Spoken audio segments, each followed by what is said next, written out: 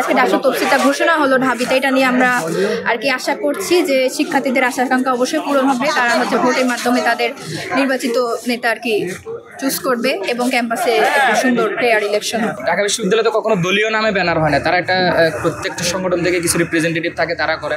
আমরা মনে করি দলীয় ব্যানারের সাথে শিক্ষার্থীরা তাদের ছাত্র প্রতিনিধি, এবারে তাদের যে ছাত্র রাজনীতির জন্য যারা কথা বলবে, ছাত্রদের অধিকারের জন্য যারা কথা বলবে, শিক্ষার্থীদের কল্যাণমূলক রাজনীতির জন্য যারা কথা বলবে, আবাসন সংকট নিয়ে যারা কথা বলবে, মেয়েদের অধিকার নিয়ে যারা কথা বলবে, ঢাকা বিশ্ববিদ্যালয়ের অবকাঠামোগত উন্নয়ন নিয়ে যারা কথা বলবে, তাদেরকে আমি মনে করি ঢাকা বিশ্ববিদ্যালয়ের শিক্ষার্থীরা প্রতিনিধি নির্বাচন করবে।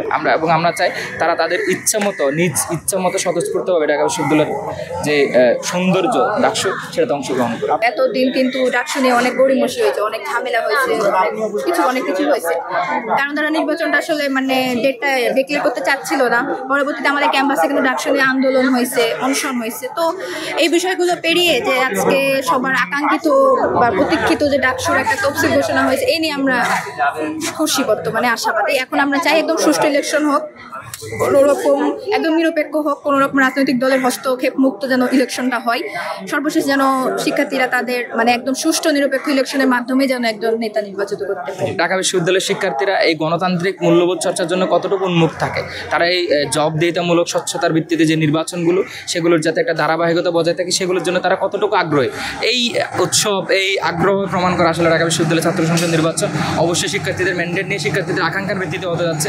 এবং আমরা মনে করি ঢাকা বিশ্ববিদ্যালয়ের প্রতিটি সাধারণ শিক্ষার্থী এই ডাকসু নির্বাচনে অংশগ্রহণের মাধ্যমে আমাদের যে গণতান্ত্রিক মূল্যবোধ চর্চার একটা সৌন্দর্য, সেই ধারাবাহিকতাকে আরও বেশি কন্টিনিউ করবে। কয়েকদিন আগে ঢাকা বিশ্ববিদ্যালয়ে কিন্তু ডাকসু নিয়ে আন্দোলনও হয়েছিল যে ডাকসু তারা দিচ্ছিল না, বা কোনো একটা কারণে বা কোনো হস্তক্ষেপের জন্য ডাকসুটা পিছিয়ে ছিল। এখনো আমরা দেখি নাই, হয়তো বা হতে পারে যেমন ডাকসু পিছিয়ে গেছে, হয় নাই, এরকম হতে পারে। তবে ওটা অবশ্যই টাইমের উপর নির্ভর করছে, এখন আমি আসলে শিওরভাবে বলতে পারছি। এখন রাজনৈতিক প্রভাব মুক্ত যদি আমি বলি যে 100% সম্ভব কিনা, সেটা আমি আসলে এখনো বলতে পারবো না। তবে আশা রাখি যে সকলের সচেতনতা, প্রশাসনের নিরপেক্ষতা মাধ্যমে একটি আমরা স্বচ্ছ ইলেকশন পেতে পারি।